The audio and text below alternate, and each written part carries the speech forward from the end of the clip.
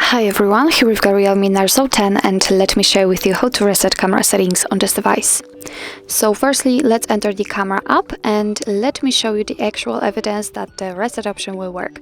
So let me, for example, turn on the grid lines. Let me enter the settings and enter the grid lines. Activate the grid lines. After getting back to the camera, you can see that here we've got some helper lines applied, and I hope that it will be the evidence that the reset option will work. So now we can begin. Let's tap on this three bars icon in the right upper corner and enter the settings. Now we have to scroll down to the very bottom, and as you can see here, we've got restore to defaults. So just tap on it and tap on restore to defaults again.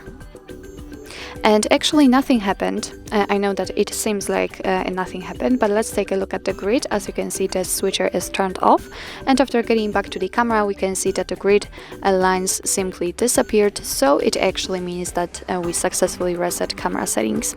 So actually that's all. This is how to reset camera settings in your REALME Narzo 10. Thank you so much for watching. I hope that this video was helpful, and if it was, please hit the subscribe button and leave the thumbs up.